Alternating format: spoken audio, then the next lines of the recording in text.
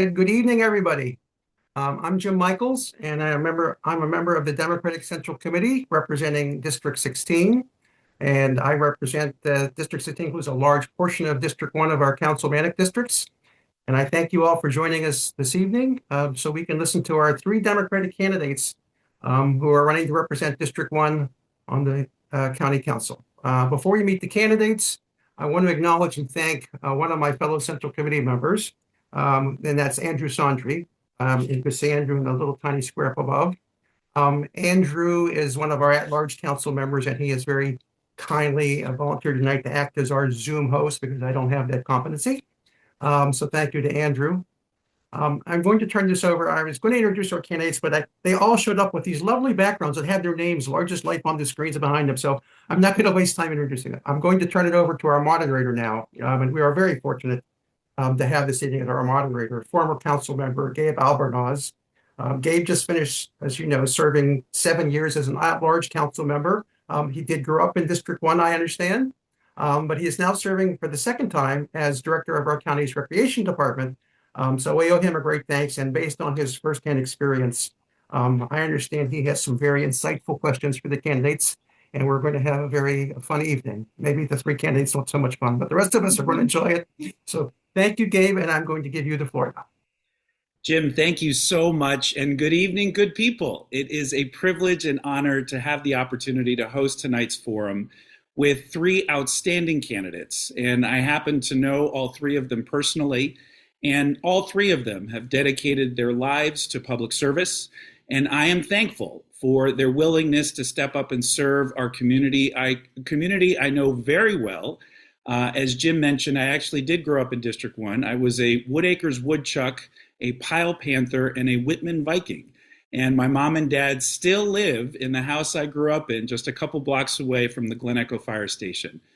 District 1 is a special place for many reasons, and we look forward to getting to know our candidates tonight and hearing more about what their platforms are, what their priorities will be, but also just to get them to know them a little bit more personally as well. So those are the objectives that we have this evening.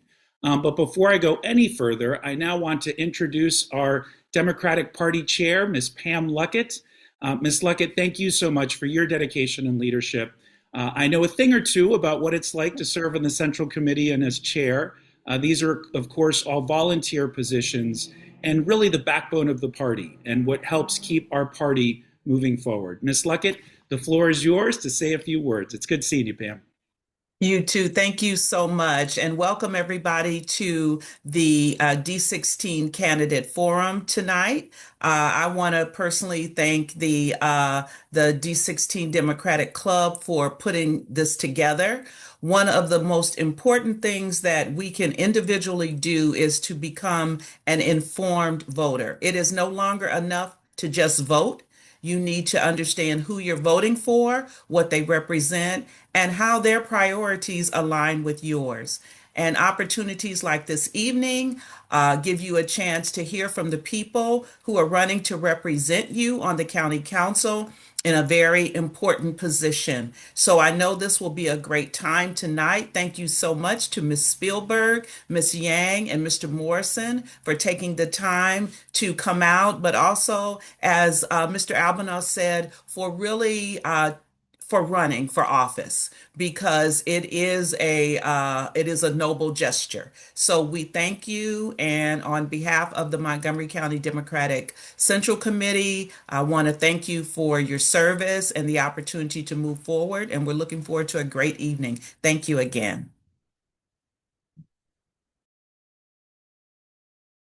Thank you so much, Pam. We appreciate your leadership and all you do on behalf of the party.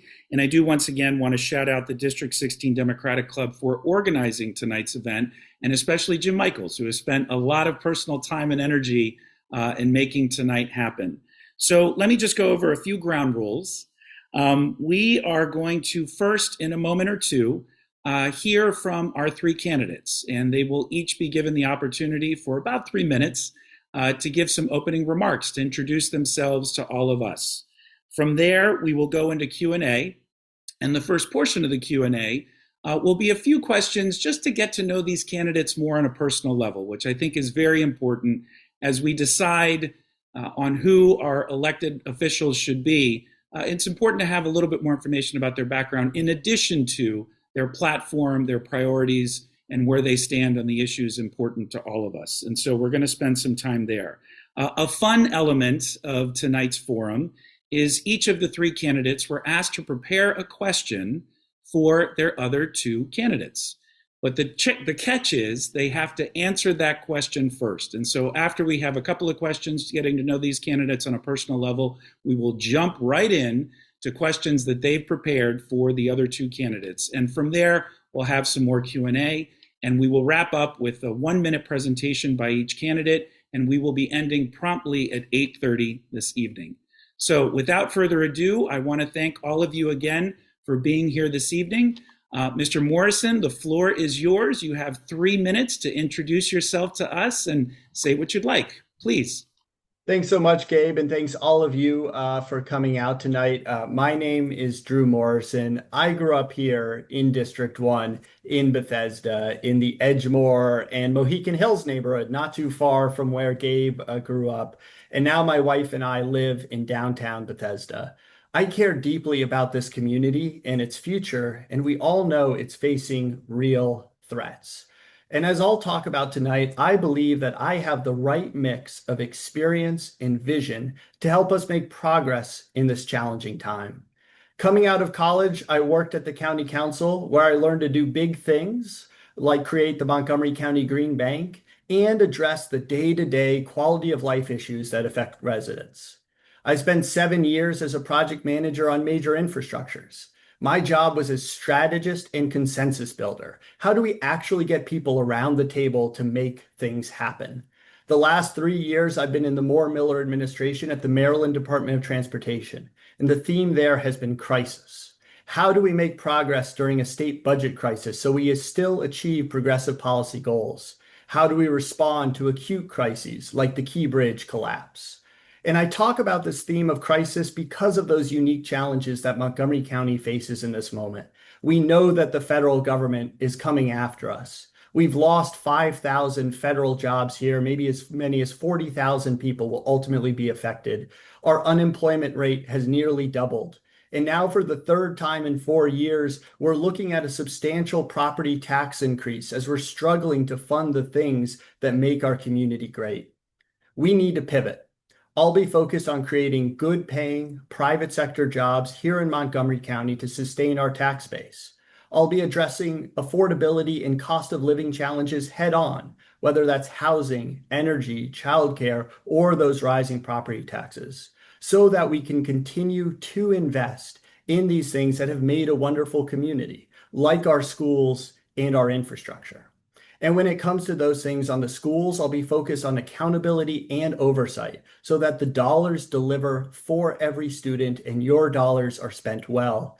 And I'll make sure that we get back in the business of building and fixing community supporting infrastructure. That's the approach that I'll bring to the county council, and I look forward to discussing the future of our community together tonight. Thank you. Thank you very much, Mr. Morrison. Ms. Spielberg, you're up next. Hi, thank you, Gabe, and thank you everyone for being here. I'd like to tell you a little about myself and what I hope to do if I'm elected.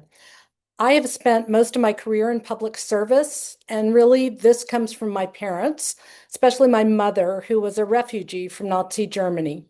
She got out on the Kindertransport, and she was forever grateful to the United States government for rescuing her and her family. So I was raised with the understanding of the importance of good governance and public service. With that in mind, I left my hometown of Atlanta, Georgia, and I went to Washington, D.C., where I had the great fortune to work for one of my hometown heroes, Congressman John Lewis, a civil rights icon who taught me about working in the public interest. I served as his legislative director, and I worked for him for more than 7 years. After that, like so many of us, I moved to Montgomery County, where I raised my two beautiful daughters. And along the way, I got involved in a number of volunteer activities, including as president of PTA and other community projects. I also volunteered on local campaigns, including Ike Leggett's first campaign for county executive and serving as volunteer chair for the state Senate campaign for Jamie Raskin. I then went to work for Mark Elrich when he was a council member, and then I moved over to the executive branch when he became county executive, and that's where I am now.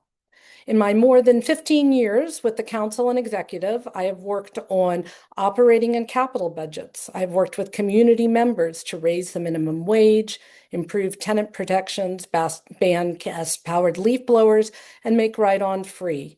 And now I want to use my 15 plus years of experience to put them directly to work for the people of District 1. We need to bring the promised parks to Bethesda, update our tree preservation laws, improve permitting, create good jobs, and reform our tax structure. I have worked on a broad range of issues with communities across District 1 and across the county. I have a great understanding of the roles of a district county council member, including legislation and oversight, and I understand implementation. I will use my many professional relationships and understanding of both the council and the executive branch to bring District 1 solutions and results. I am honored to be endorsed by the Sierra Club, the Metropolitan Council of the AFL-CIO, CASA in Action, Jews United for Justice Campaign Fund, as well as former Attorney General Brian Frosch, former State Treasurer Nancy Kopp, County Executive Mark Elrich, and numerous local, municipal, and community leaders. I am also pleased to be using public financing. Effective leadership requires experience, understanding, and connections to the community. That is what I will bring to this role, and I ask for your vote. Thank you. Thank you very much, Ms. Spielberg. Ms. Yang, you're up next. Thank you. Thank you, everyone. Good evening, and thank you, everyone, for being here. If there is one thing I hope you remember today, then it is this. My vision for Montgomery County is that we should be a county where people can learn, work, and live here. Now, this is not a slogan. It is my life. I grew up in China in a single room without running water or kitchen. Many girls around me never went beyond elementary school. I was fortunate. Teachers believe in me, and that belief changed my future. I came to the States with 2 suitcases and worked multiple jobs to put myself through school. My husband went and I lived paycheck to paycheck when we started out. 22 years ago, my husband got a job in DC. While we were looking for a place to live and raise a family, we were attracted by Montgomery County for its great schools, abundance of green spaces and parks, and cultural diversity. We settled here, and here we build a life. We raised 2 MCPS graduates. I serve on PTAs and nonprofits, and for the last 3 years on the Board of Education, where my colleagues unanimously elected me president last year. So I'm running for county council because I love this county, but we are at a crossroad. For far too long, we have relied on federal jobs. We lost 18% of them last year. Since 2007, our private sector job growth have been negative while the region grew. Now, if our children cannot find jobs here, they leave. If small businesses wait months for permits, they leave. If young families cannot afford housing, they leave. That's not the future Montgomery County needs. So my focus is very clear. First, grow our economy. We need a county government that helps businesses prosper from incubator to expansion. Second, align education with opportunity. We need a county government that not only educates, but also helps to align talent with jobs. And third, protect the quality of life. We need to deliver a high quality of life with affordable housing, safe community, green spaces, and places for our senior to age in place. Government should make everyday life easier, not harder. That's my approach. Educate here, work here, live here, and I look forward to our conversation this evening. You all came in under budget. Well done. That was within the 3-minute time frame, all three of you. Thank you so much. We're just going to ask a couple of questions, just some fun questions, just to kind of loosen up a little bit. First question is, what is your favorite thing about District 1? What's your favorite thing about District 1? And Ms. Spielberg, we're going to start with you this time. Okay, thank you. That is a tough choice, tough decision. I think we'll start with Glen Echo. I love Glen Echo. I discovered it back when I lived in Washington, D.C. and used to come out here. And I used to, even then, I spent a lot of time there. It's a beautiful combination of uplifting the arts. It has a moment in nature. You can feel very at peace, and there's something, and it has the history, both the good and the bad history of Montgomery County. It's really quite a magical place, and I'm very grateful to all the people who have worked so hard to maintain it and to make it one of our treasures of District 1 in Montgomery County and really of the region. So that would be my first. Do I get to add others, or are you keeping us to one? Let's keep it to one. Let's keep All it right. to one within I'll the keep minute. it. But thank you. That's a great answer. And I was actually at Glen Echo this morning. So shout out to Ms. Katie Berner and the team over there who are doing an outstanding job. Ms. Yang, what's your favorite thing about District 1? Then I have to tell you the reason why we settle where we live in District 1. So 22 years ago, I mentioned that my husband found a job in DC. And then while we were searching for a place in the region to live, we did a lot of hiking. And one day we hiked in the Cabin John Regional Park. And I was mesmerized by the tall trees and the beautiful stream. And I couldn't believe we're just miles outside of DC.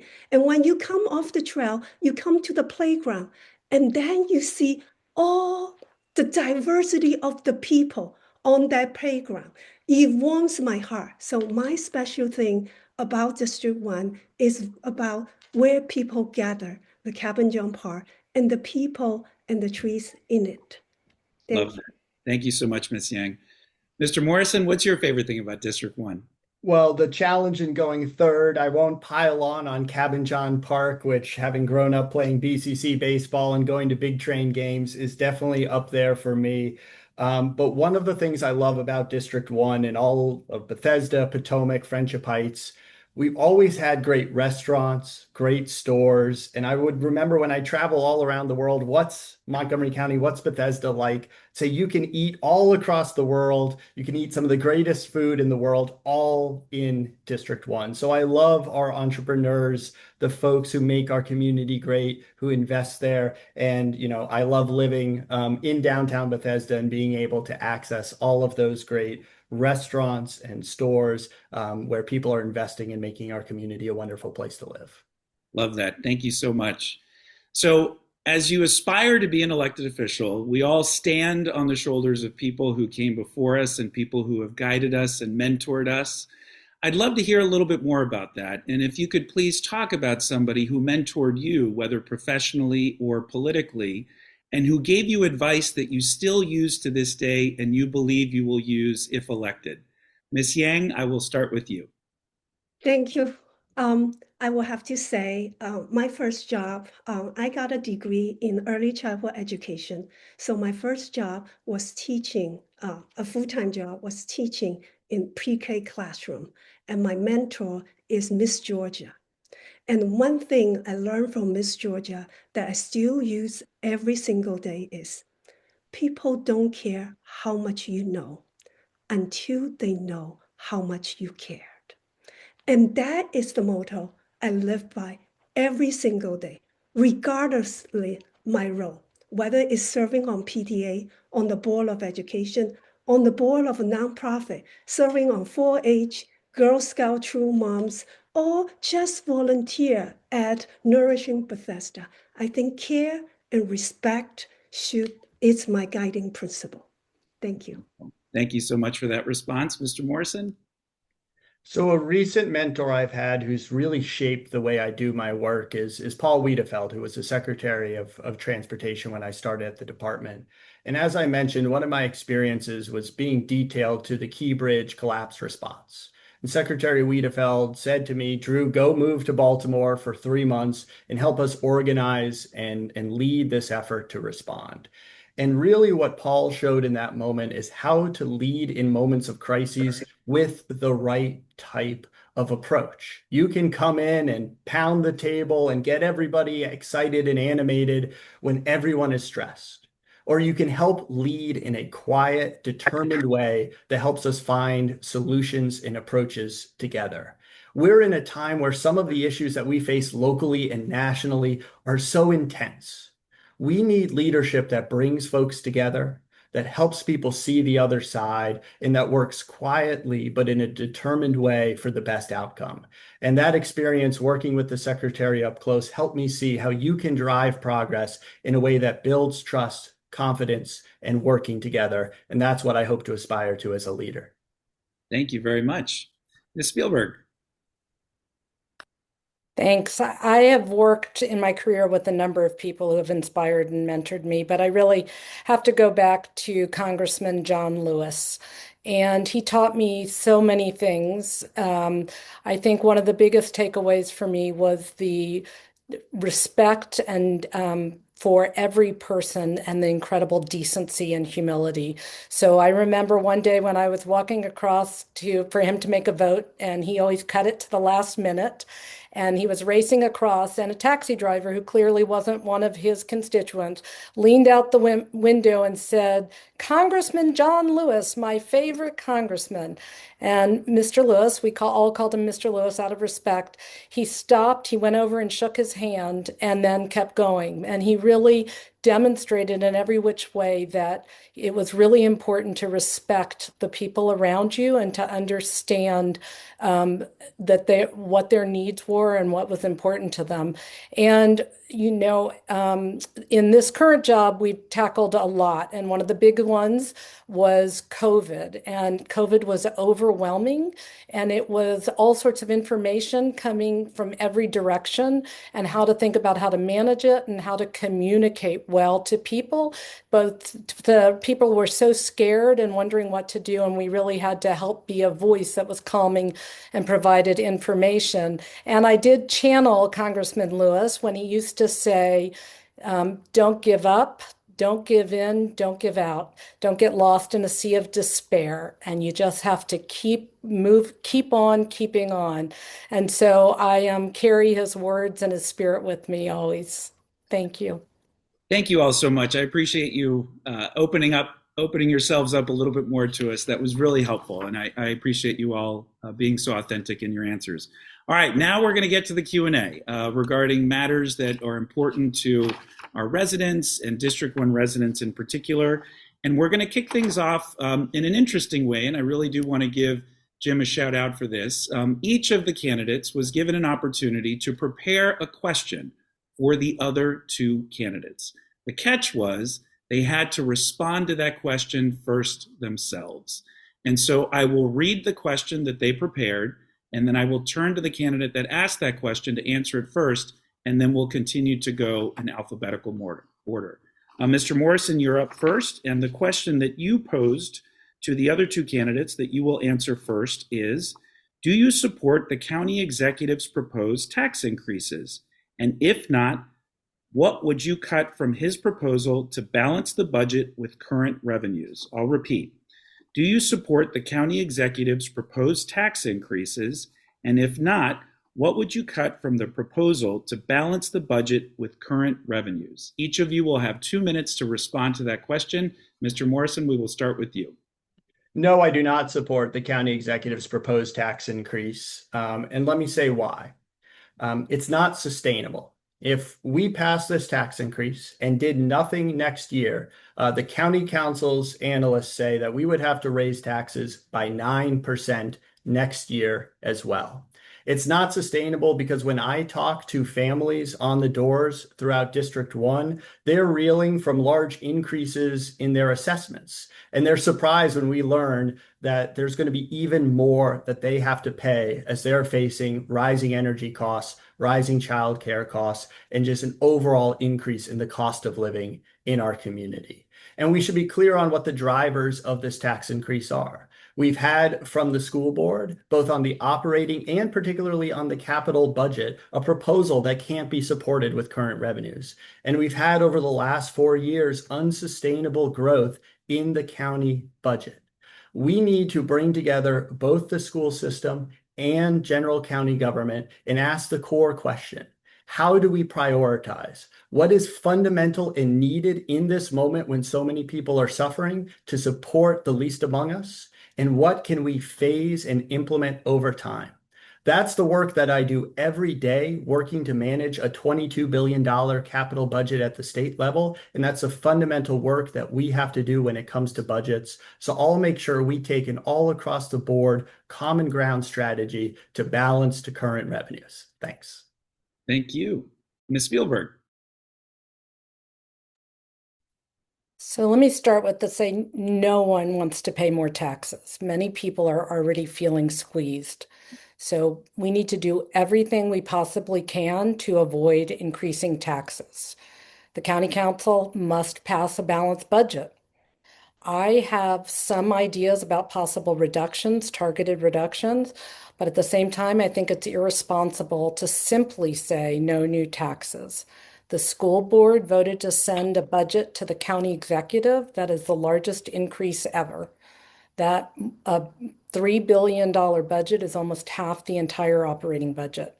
The next largest item is public safety and then health and human services, and they are much smaller.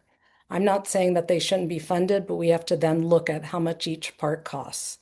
I will also say that it's been proposed that we should have economic development. Drew has said economic development and proposes no new taxes and proposes $1,000 per family credit for childcare.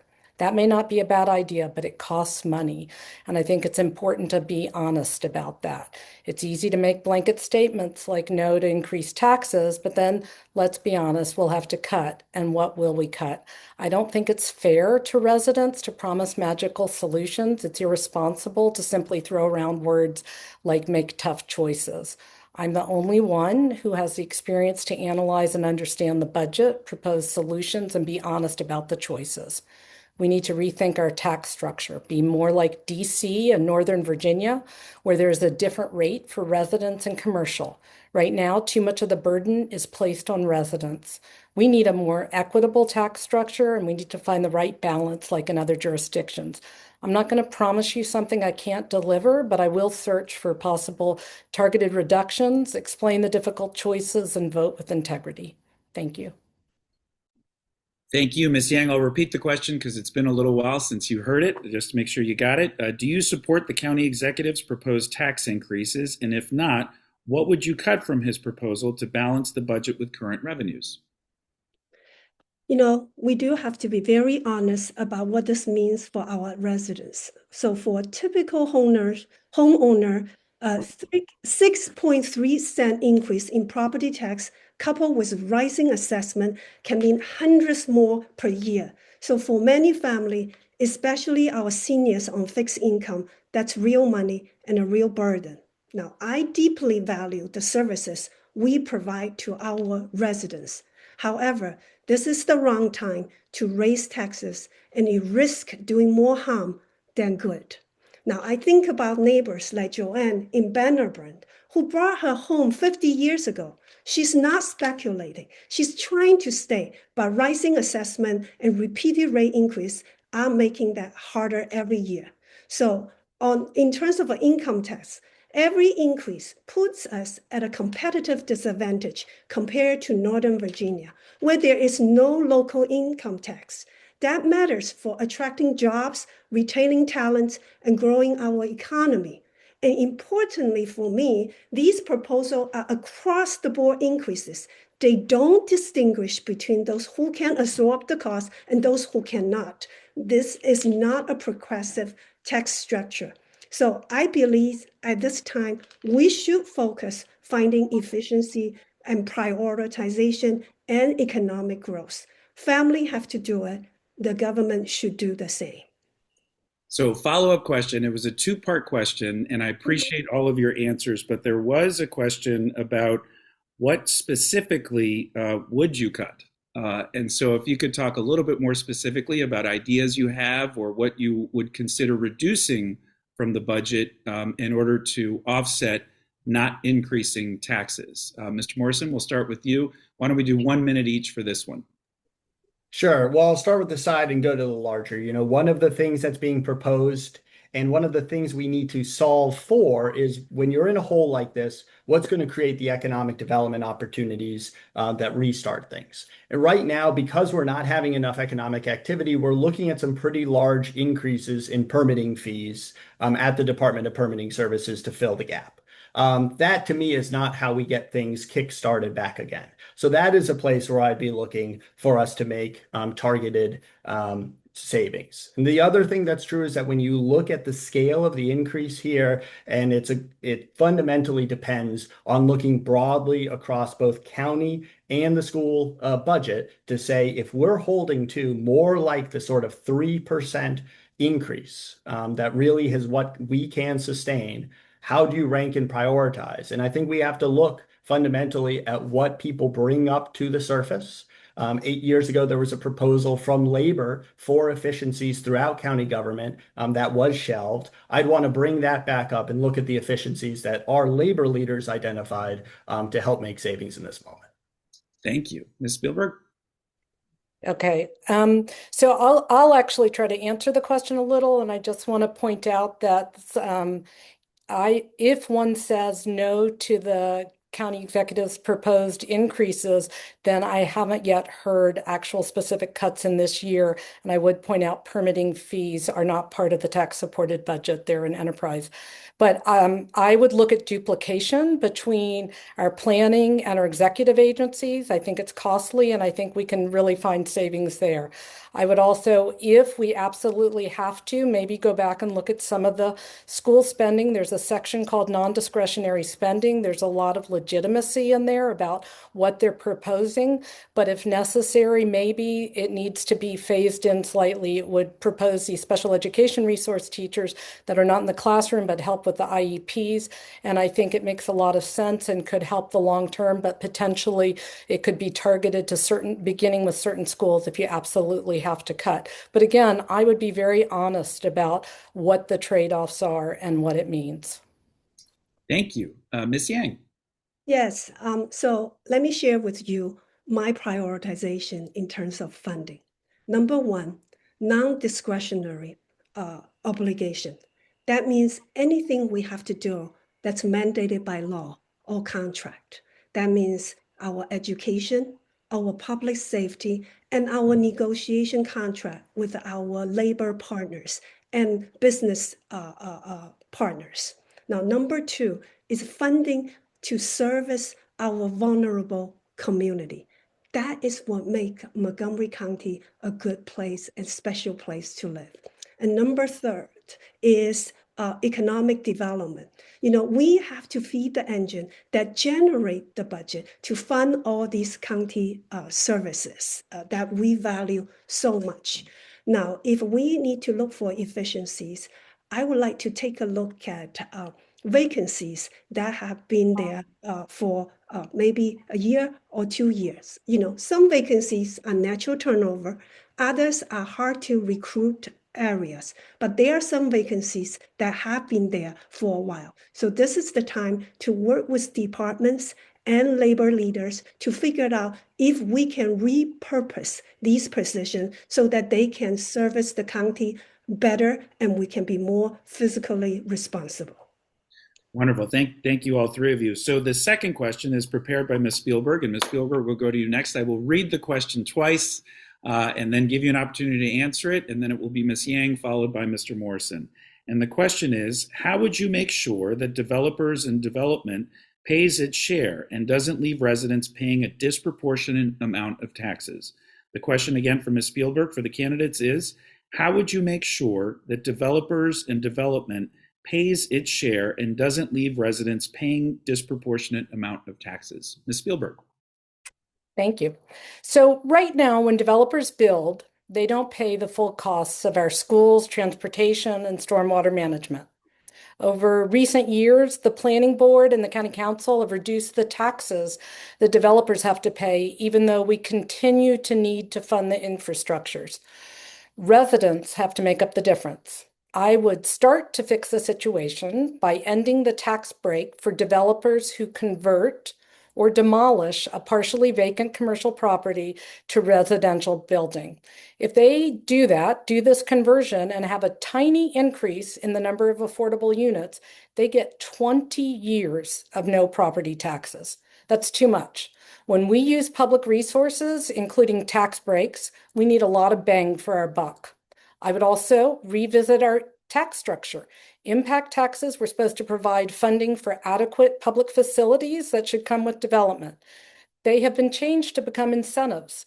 Developers near public transit pay lower impact taxes than elsewhere, but there are still transportation, school, and stormwater management needs that must be funded.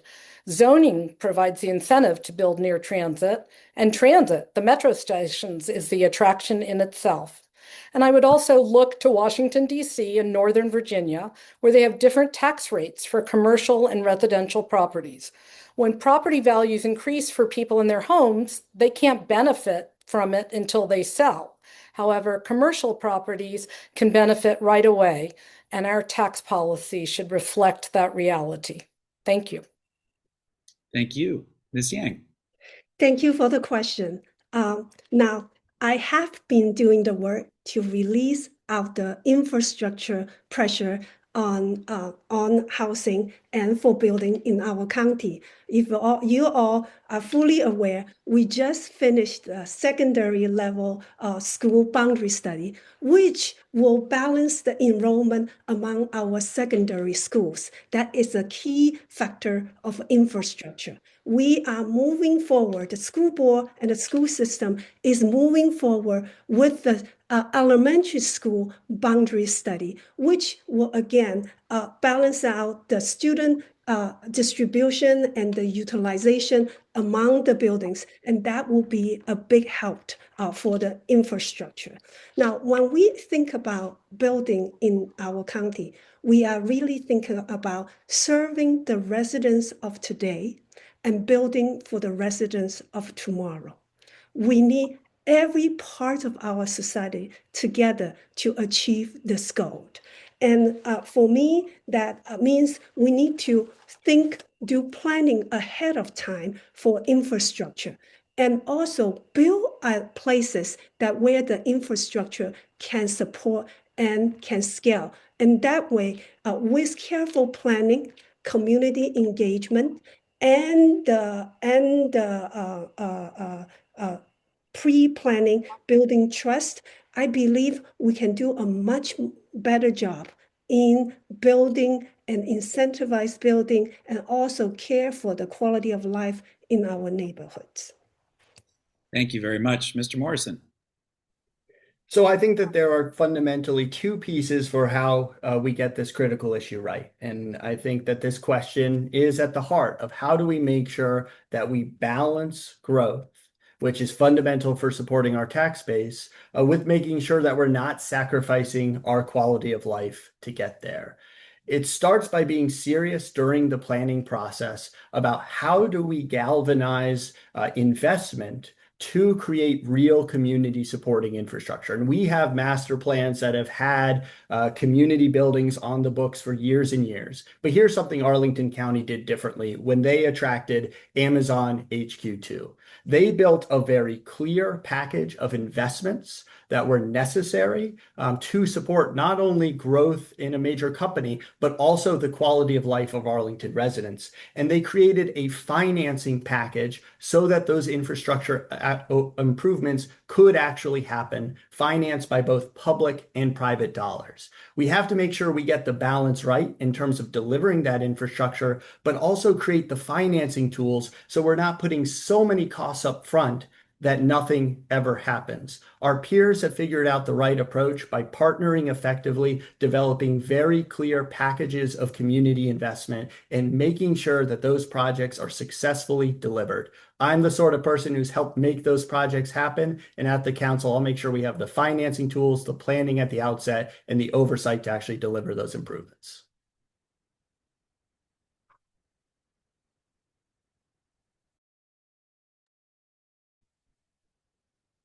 Gabe, you're on mute. Thanks. Drew, you get bonus points for that. Thank you all very much. Apologies for that. So the next question is going to be from Ms. Yang. And again, I will state the question twice and then give Ms. Yang the opportunity to answer it. And then we will go around again, and the other two candidates will respond to the question. And the question is, what distinguishes you from the other Democratic candidates in this race?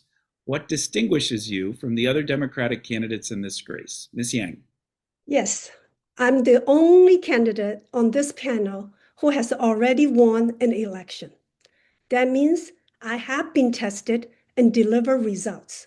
You will hear promises tonight. I bring a record. Now, 3 additional things set me apart. First, proven leadership and deep roots. I have lived, served, and raised my family in this district for decades, not months like some of us. I have built relationship, trust, and a track record of listening and acting. I'm not afraid to make tough decisions. I was the only no vote against the boundary and program proposal because I didn't believe it was ready. I listened to the community. I am the candidate who can bring labor, business, and education. Teachers support me together to get results. Now, second, real expertise in education. I have done the work to make it better. We are the flagship school district in Maryland, and our school remain a major reason families come here. You can't fix something effectively if you have no expertise, and we have increased 3 and above schools from 189 to 201. And now third, live experienced. I came to this country with 2 suitcases and built a life here. Now, I have worked multiple jobs, and I have been a renter and a homeowner. I understand what families are facing, affordability and opportunity.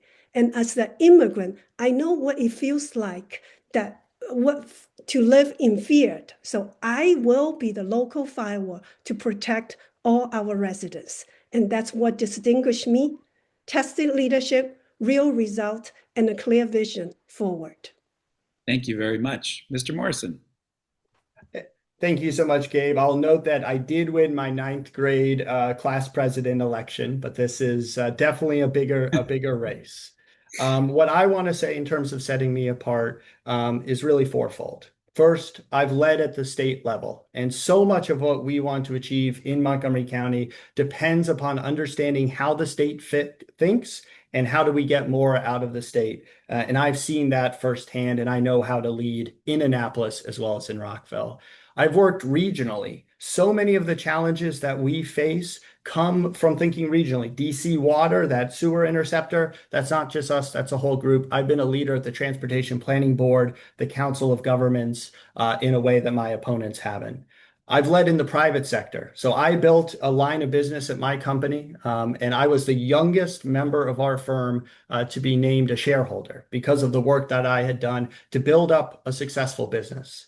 And that business was really built on that strategic consensus building work to help make major infrastructure projects happen. What I have proven throughout my career is I'm someone who can effectively bring people around the table, deliver things, make those things happen. I was named Employee of the Year at the Maryland Department of Transportation because folks throughout the state know if you need something at 9 p.m. done by 9 a.m., Drew Morrison's the guy to get it done. And that urgency and attention is what I'll bring to the council. Thank you very much, Mr. Morrison. Ms. Spielberg. Thanks so much for the question. Look, I am the only candidate in this race who has the experience at both the council and the executive side. I understand how the council works, and I understand how legislation gets implemented. I understand the administration.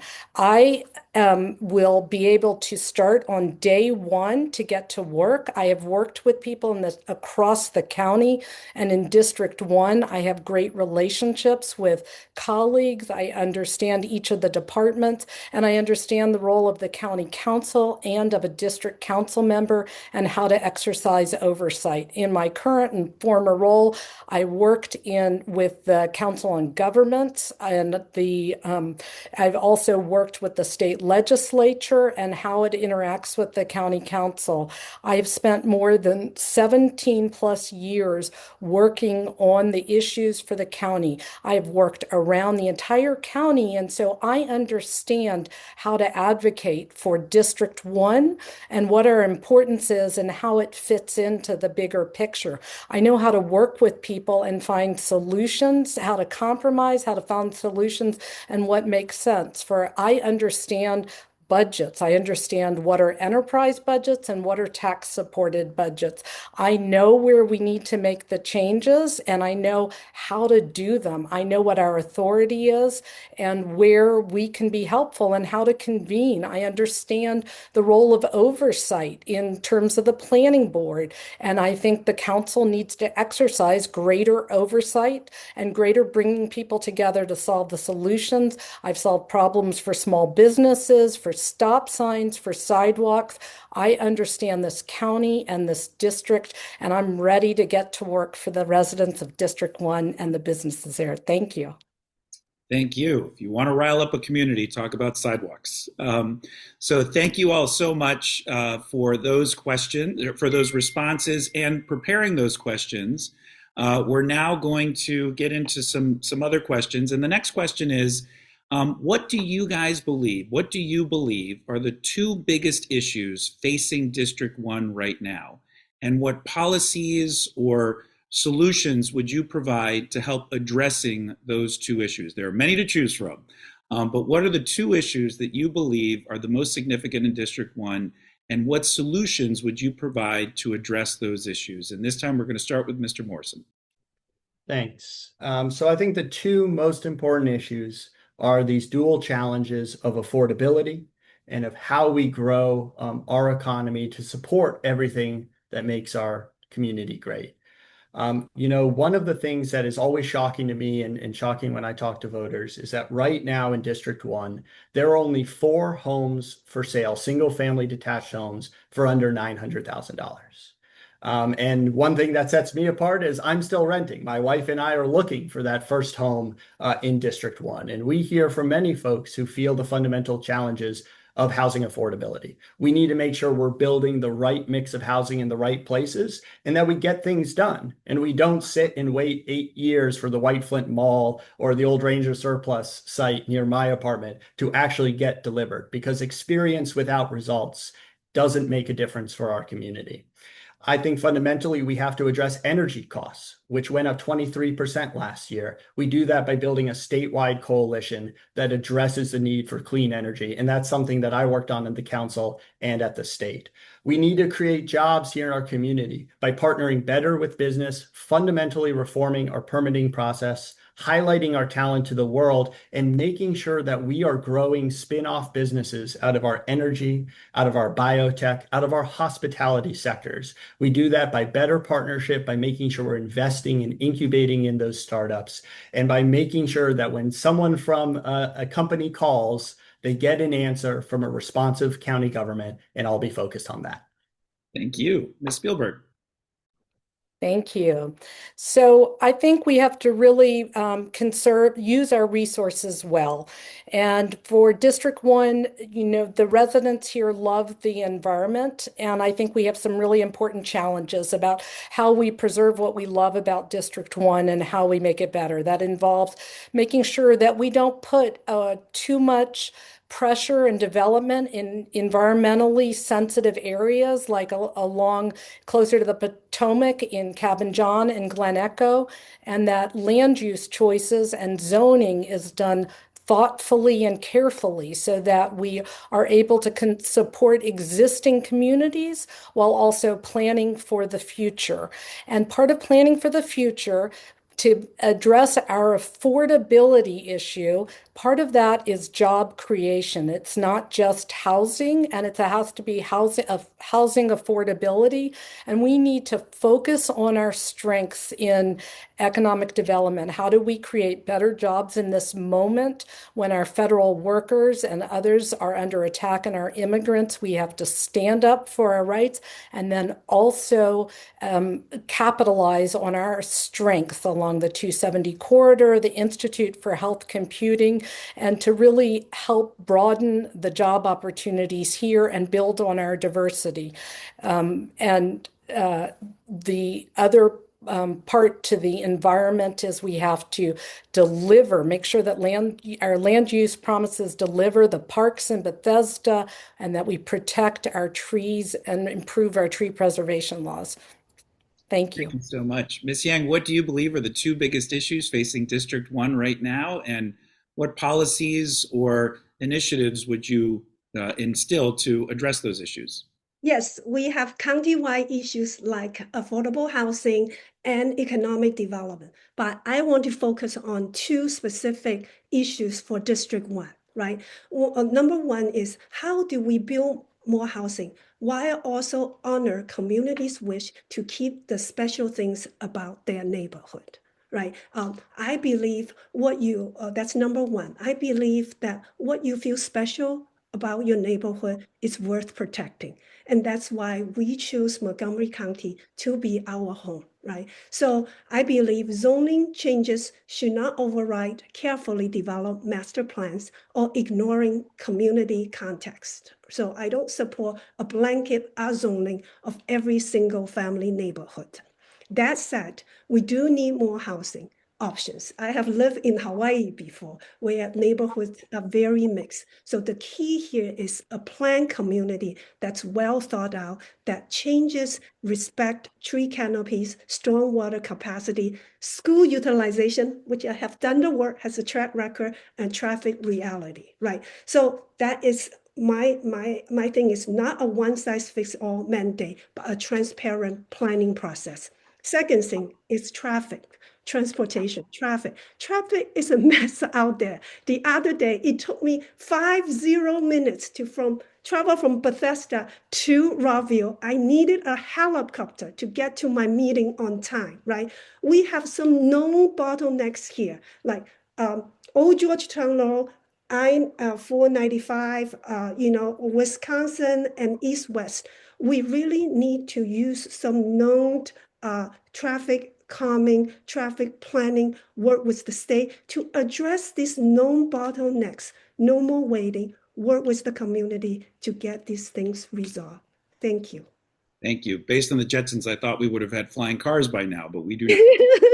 So, thank you all so much. My next question is, the fastest growing demographic in Montgomery County is our aging population. And in fact, in the next 6 years, there will be more people over the age of 65 than under the age of 18 that reside here in Montgomery County. And of course, that's especially true in District 1. Many of our constituents are aging in community and aging in place and choose to do so for those that are able to.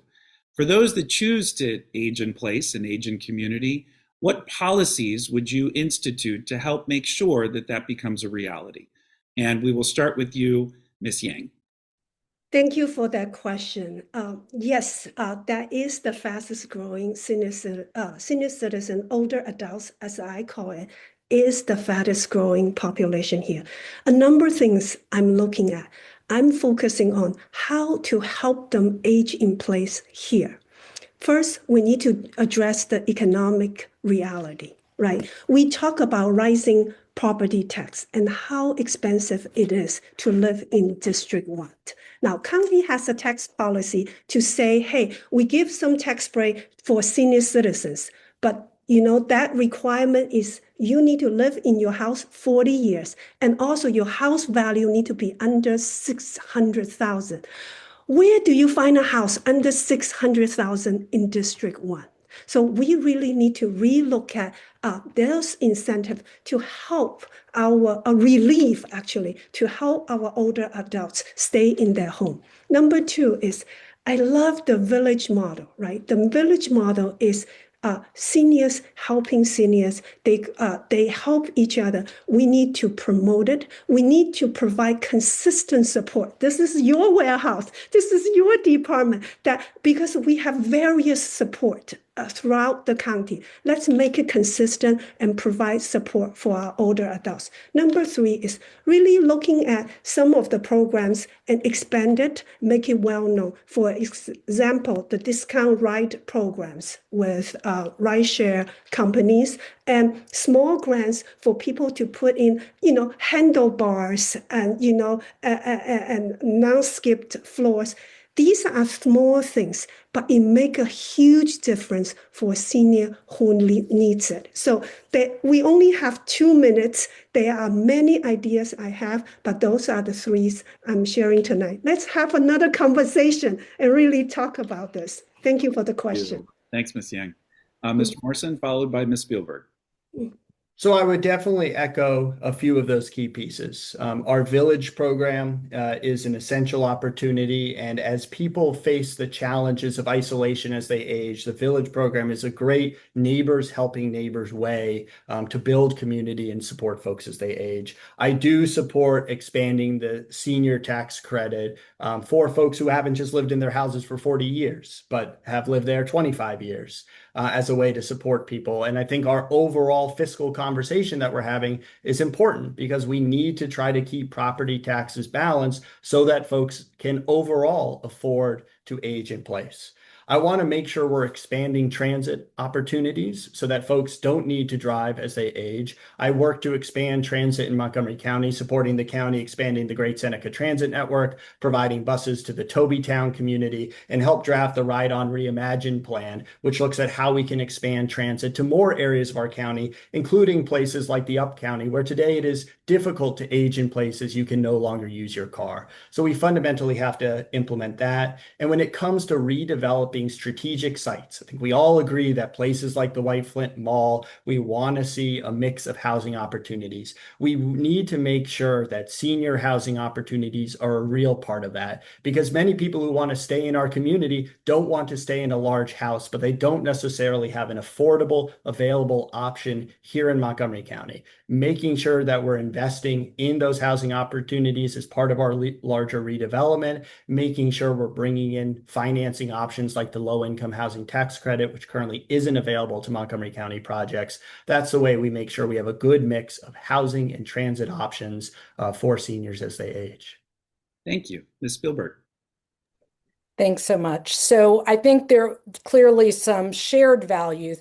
What I think is really important is we have to view our seniors as an incredible resource. So they have an tremendous wisdom and experience and strength. So there's a number of things we need to do. For people who want to stay in their homes, in their single family homes, I think it's important. The Villages has been an amazing model, and I think we have to continue to support it. We have to, because that's part of the idea of how do you keep community and how do you keep people engaged. And so our recreation programs, and then there's some other programs that also allow them to be lifelong learners. And the other important part is how to make them feel to continue to contribute to the community in a variety of ways, including partnering with students who need one-on-one support, and our seniors who are retired. It's a great way to give them a sense of how are they giving back to the community and providing some real help to our students who need it. So I think there's some things we need to do. I think it's important on any tax break. It should not just be based on age, but there's got to be an income component to it. If it is truly a hardship and people want to stay here, I think we need to target our programs to those folks. That's really important. I do want to just point out that both the other candidates have said no, they would not support an increase in the budget, and yet all of their proposals propose expanding programs. Not necessarily a bad idea, but again, I'm going to be upfront about what I think is important. I think there's a number of no-cost, low-cost ways that we can help make seniors feel more part of the community, both in their single-family homes and also how do we make the downsizing possible and how do we make their single-family homes more accessible, including with accessory dwelling units, both attached and detached, and in terms of other working within the community. I have a number of ideas, but I'll stop there because I know my time's up. Thank you. I appreciate it. I appreciate that a lot. Um, on the other end of the generation spectrum, early childhood and education remains a huge challenge for a number of families. And our birth rates right now in the United States and here in Montgomery County are particularly low, historically low. And one of the reasons is affordability. And early childhood and education is incredibly expensive. I have 4 children. I can speak about that in the first person.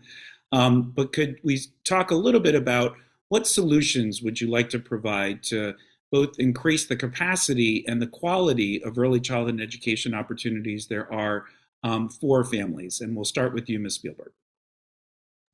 So I think that early childhood education has been shown to be the one thing that is most important for how to succeed in life. That if we help our young people very early when they are in early childhood education, that they can really, we set them on the right path to succeed. So I think that's very important. There are a number of programs I would continue to support, and those are making sure that the in-home child care is a part, as well as those that come through our school system and are in more organized. So we need to support both the training of child care workers and how we continue to expand it so that we provide subsidies to lower income families, and we provide innovative ways to use spaces, because part of this is expensive spaces. So we have a number of religious institutions and other buildings that are not currently under use during the week, which is when childcare is most needed. And we can partner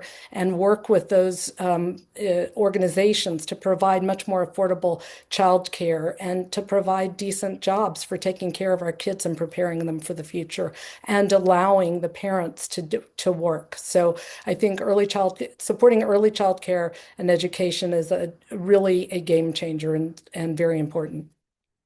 Ms. Yang. Thank you for the question. This is where I have spent a lot of my life work. The first 7 years of my teaching career is in a pre-K setting, serving our youngest learners. And we all know that early learning makes a difference. A child's brain grows the fastest in the first 5 years. When we speak about developing early childhood education and expand it, we are talking about a number of things. Number one thing is how do we support the education quality in our early childhood settings, right? The teachers training for our early childhood educators. We have programs in community college. We need to really make a concerted effort to increase the teacher capacity. Second is we need to explore multiple different models in delivering our early childhood learning in public schools, in private sectors, and combination of the mixed models. And that is what really make a difference. That also uplift a huge part of our caretaker. Most of our early childhood educators are women and immigrant women. So we need to provide the education and continue to support. They run their business at their homes in daycare centers. And lastly is about the affordability issue. And people are saying that, hey, this is going to cost money, but also this is going to generate economic development because you free up the mother to join the workforce. So this is it is an investment that will yield returns. And when we uplift the mothers in the household, we uplift the whole family. So 3-pronged approaches: increase the education and respect for our early childhood workers, continue to do the mixed delivery model, increase public school involvement, and protect the private sectors. And then lastly is to invest in early childhood education. And that is the way to uplift our families. Thank you so much, Ms. Yang. Mr. Morrison. Thank you. And there's no doubt that this is one of the critical affordability challenges that are facing young families. And many seniors I talk to now are part of the childcare economy to try to help address this challenge. And there's no doubt that we are going to, in the future, need to make big investments to create the universal pre-K that we need, to create the suite of programs to make sure that early childhood teachers are paid well. But I do want to hone in on what are some low-hanging fruit that we can achieve now that speak to whether we govern with urgency here in Montgomery County. So right now, 25% of licensed childcare seats are unoccupied in a time of tremendous demand. And about a third of all families eligible for childcare tax credits don't make use of them. And we need to fundamentally do that navigation between provider and parent so that we can get more kids into affordable childcare now. That's the sort of near-term solution with resources already allocated that we can deliver. And unfortunately, what's happened is we've had a turf battle. The public sector has been fighting with the nonprofit that the county created to try to support these types of grassroots solutions to early childhood education that we all support. That meant that one year, the Department of Health and Human Services left $10 million in grant funding on the table and let it roll over. We need leadership that's not only aligned on the policy solutions, but's working to make sure providers, parents, nonprofits, and county government are actually delivering these low-hanging fruit solutions to get kids in early childhood today. Thank you. Thank you very much. We've got about 20 minutes left before each of you will have an opportunity to do a 1-minute close. So the next question is a little bit of an inside baseball question. So the committee assignments are a really big deal on the county council. We have 7 committees on the county council, and they're a big deal for a variety of reasons. But one is when bills come out 3-0 out of committee, in almost 100% of cases, they then go on and pass the council as a whole. And so a lot of the deliberation and discussion on the budget and policy matters is discussed in committee. So those assignments are critical. There are 7 county council committees now: Health and Human Services, Planning, Housing and Parks, Education and Culture, Public Safety, Transportation and Environment, Economic Development, and Government Operations. As a freshman member of the council, you will have an opportunity to select your top 4 that you'd like to choose from, and then also conversely, select one that you may not be as keen on. And so I'd like to hear from you guys. Instead of listing all 4, talk to me about what your 3 top priority committees would be to serve on and why. And then conversely, which one would you prefer to maybe not address in your first session? And I know that's a tough answer. I know it is. It's not an entirely fair question, but I'm going to ask it anyway. So, Ms. Yang, we'll start with you. Which of the 3 committees would be your top choice, and which one would be your least favorite choice coming in as a freshman member of the council for assignment? Now, no-brainer, Education and the Culture Committee. I have lived experience in our school buildings, and I have governed a scout, and I understand budget line and line, and I have worked with our communities on bill coalition to on tough issues. I will ask the right questions, and I will be able to get the education, community, and labor together, to resolve issues, because real progress needs collaboration. And you left the Education and Culture Committee, and another council member will come off. So there is a real leadership gap. I think that will be my number 1 choice. And number 2 is economic development. Now, economic development comes down to 2 things: growth and talent. right? We need to do a lot of investment in how to attract and attain businesses. We also need to look at how to connect talent to opportunities, and we need to connect our priorities. For example, we set ambitious goal like electrifying all our buildings, large ones, by 2036. But then that we create a demand for electricians, and HVAC workers and construction workers. How do we meet that demand by workforce development with all our partners? I bring a unique view to looking at connecting the priorities, workforce development, and make sure jobs go to local residents. And the last one will be government operations. When we talk about growth in the county, we do need to know that we need to streamline, we need to make policies that meet the moment of the challenge. So these will be my top three committees. Given limited time, I don't think I have least favorite, but I would say I will, if there is one, maybe public safety will be one that I don't jump on, but I'm a collaborator and a team player. Love it. Thank you very much. Mr. Morrison. Thanks so much. So I would say that there's no doubt that I have a strong background when it comes to the Transportation, Infrastructure, Energy, Environment Committee. And while we called it the T&E Committee, I really think I can bring that background in that full range of issues, having worked on infrastructure, worked on energy at the county, state, and regional level. And I think I have a lot, to fundamentally offer, because that committee is also doing a lot of the most engagement with some of those issues, like solving traffic on the state roads. I think public safety is a committee I want to be a part of because we have real public safety challenges. We have a police department that has been understaffed chronically for years now, and we need to figure out how we're going to address those issues, address many of the property crime issues that are not being resolved as a result. And I want to bring both an open mind and experience to those efforts.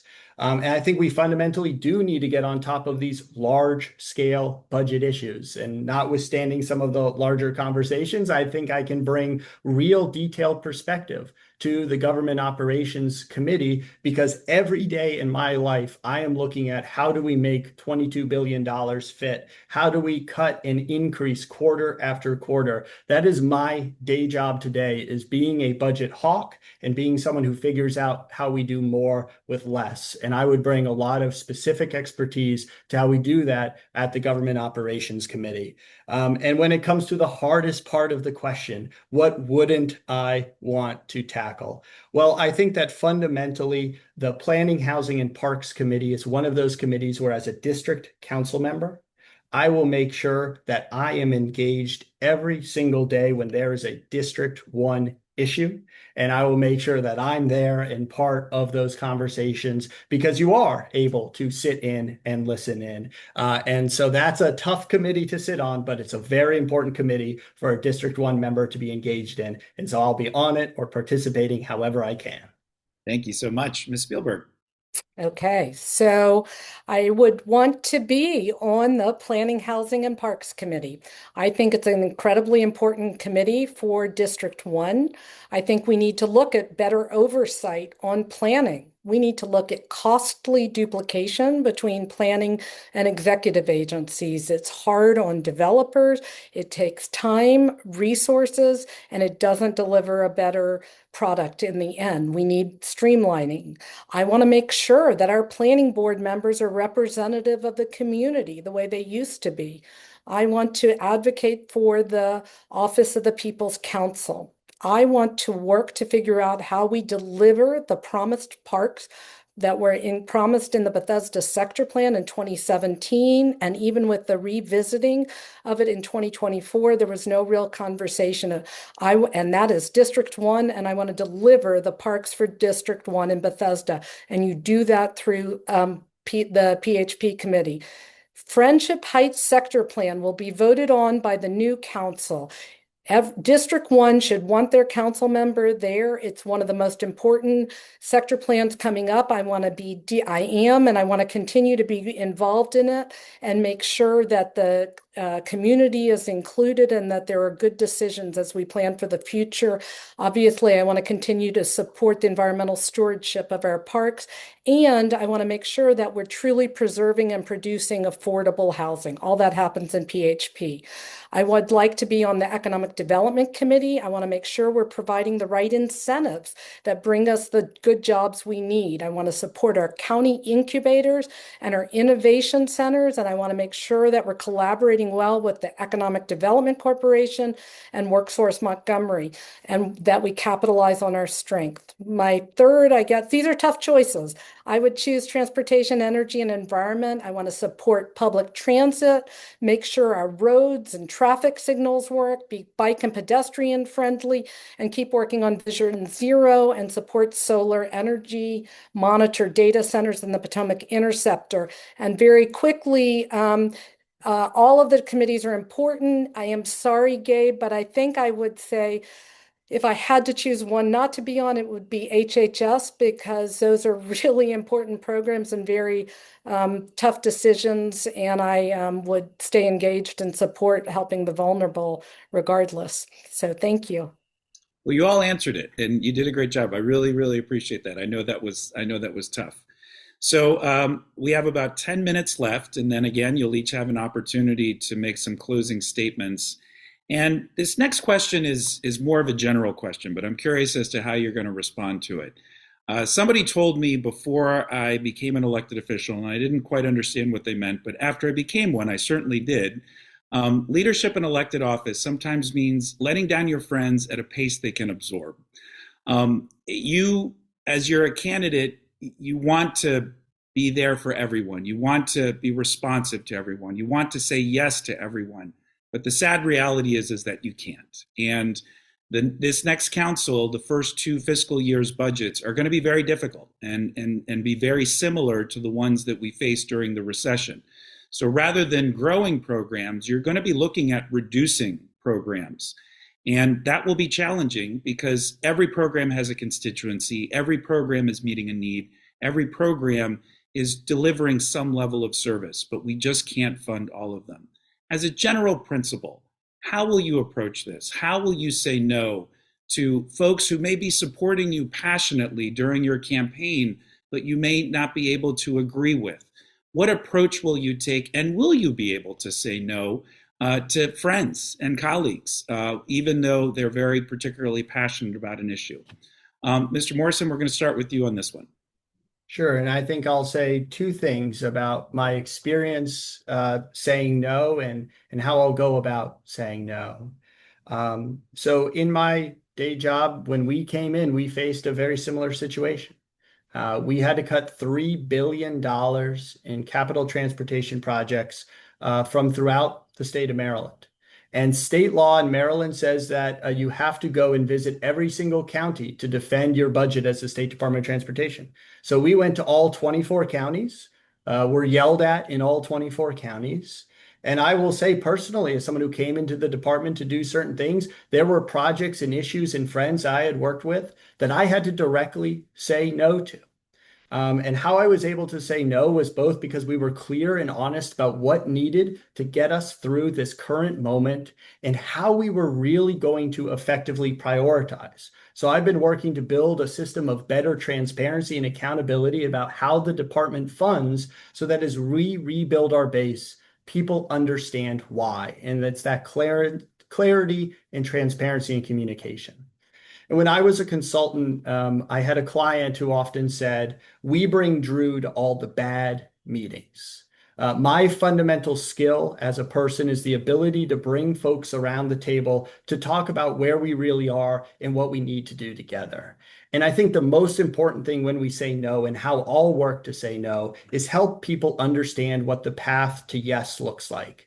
These conversations about economic development, how we rebuild the base and get back to yes, They require everyone to be involved. They require the schools, the college, they require public sector unions, private sector actors. We need to bring everyone together. So I'm comfortable saying no because I also know how to show people the path to yes.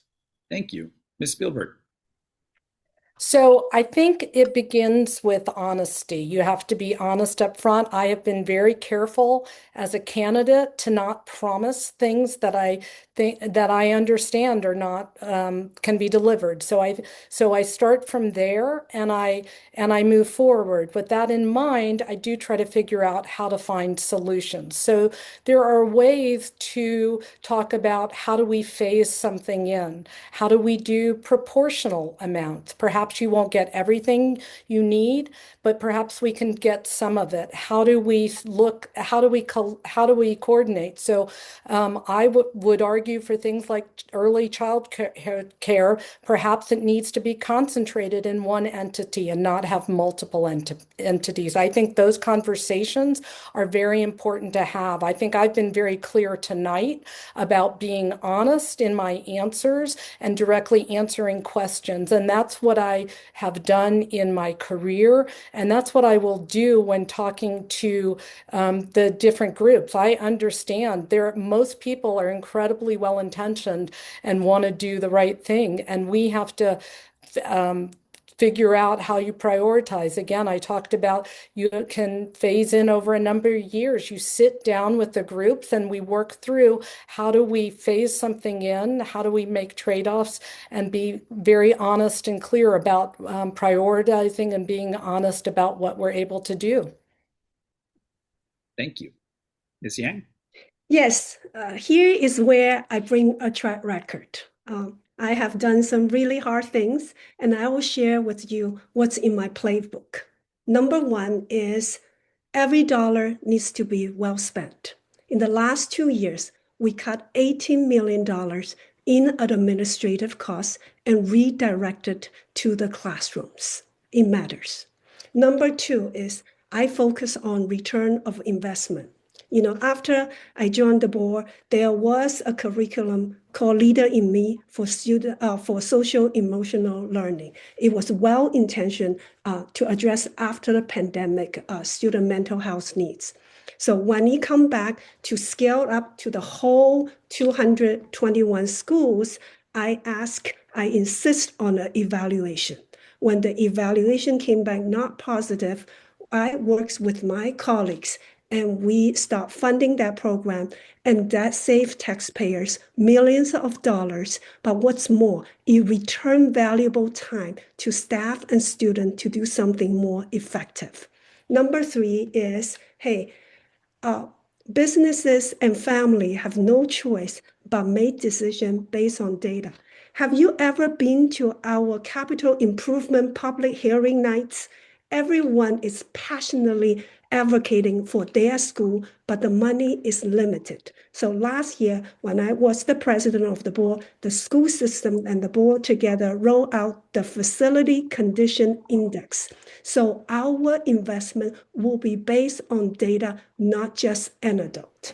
So I share at the very beginning that my motto is people don't care how much you know until they know how much you care. So doing all these difficult decisions, my guiding light is transparency, focus on what really make the biggest impact with our student achievement, and listen to the community, but also stand firm when we have a decision. Thank you for the question. Thank you very much. So I am a glass half full kind of person. So my last question before we get to the 1 minute responses, and we're going to do 1 minute responses, Andrew, because to make sure we end on time, is what's the greatest opportunity, in your opinion, in District 1? That can be a policy, it could be a capital project, it could be something that the community is excited about. But what do you think is an opportunity in District 1 that you'd like to help make a reality or maximize or make better? Ms. Spielberg, we'll start with you. There's so much, but to focus on one, I'll say the sector plan for Friendship Heights. It's one of the most desirable areas in the county. We have a tremendous opportunity to make it really an even more vibrant community and to make sure that we preserve space for economic development and for commercial development, that we bring in affordable housing, and that we preserve open space so that the people who live there now will be happy with it going forward and that other people will join us. It's very important how we plan for the future. And that's really important to me, that we plan for the future with people who live here now and that we take a good look at what are we doing and what will the impact be. And that's what I will do as a council member, is understand what our actions will, where they'll take us.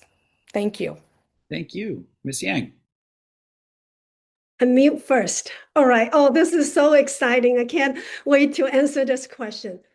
The very special thing about District 1 is its people.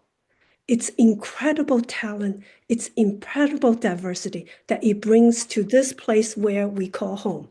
I have been working with older adults through Empowering the Ages or Jewish Council for Aging. There are many District 1 residents there.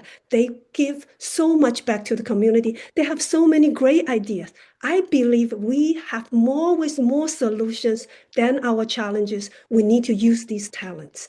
And another thing is the vast nonprofit organizations such as Bethesda Green or foundations like the Verica Foundations. These are the talent, are the people that in District 1, we need to capitalize them. Let's get everyone together, because true collaboration will bring positive change in our community. Thank you for that. Mr. Morrison. I think similar to what folks have said, I will highlight our great people, our great assets. We have the talent that the world would like. And, 3 years ago, people in Bethesda would have been working at NIH for 20 years. That's no longer a viable path. But those people have been doing some of the greatest research in the world, and building on our great biotech sector, we have the opportunity to create a new generation of great private sector companies here in Montgomery County, here in District 1, building on our strength. We need to connect our people to investment. We need to connect our people to companies throughout the world and really highlight that if you have a vacancy anywhere, you can fill it with people in Montgomery County. We have great assets, companies like Marriott, companies in the biotech space. And I believe that we can fundamentally grow on those great assets to create the spin-off companies that are going to rebuild that private sector tax base. And I'm excited to be a partner with them to answer the call and help to support everything that makes the rest of District 1 great as well. Wonderful. Thank you all very much. All right. Each of you will have 1 minute to make some closing comments, and then I will wrap us up. And Ms. Yang, we're going to start with you this time.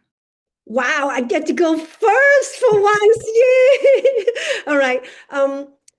Every family has a migration story, my friends. Mine began with 2 suitcases and a belief in opportunity. That's why this moment is very personal.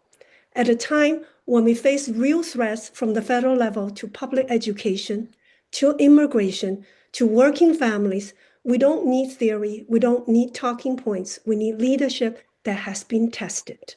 I have governed at scale, I understand budgets, I build coalitions, I deliver results, and I am the candidate in this race who are truly have lived, worked, and served in the district and can bring labor, business, education, community together.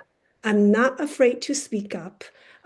And I am publicly financed. I answer to you. I know what it means to start with nothing, and I will fight every day to make sure Montgomery County remain a place where everyone can learn here, work here, and live here. Join me, join the teachers, join the volunteer firefighters and rescue workers, join the retirees, join our labor in SEIU Local 500. Support me. Let's deliver a bright future for Montgomery County. Thank you. Thank you. Mr. Morrison, followed by Ms. Spielberg. The two themes that I want to leave you with are experience and urgency. I've had the record of accomplishment at the council, working to make big projects happen, working at the state level to deal with some of the real types of crises that we face today.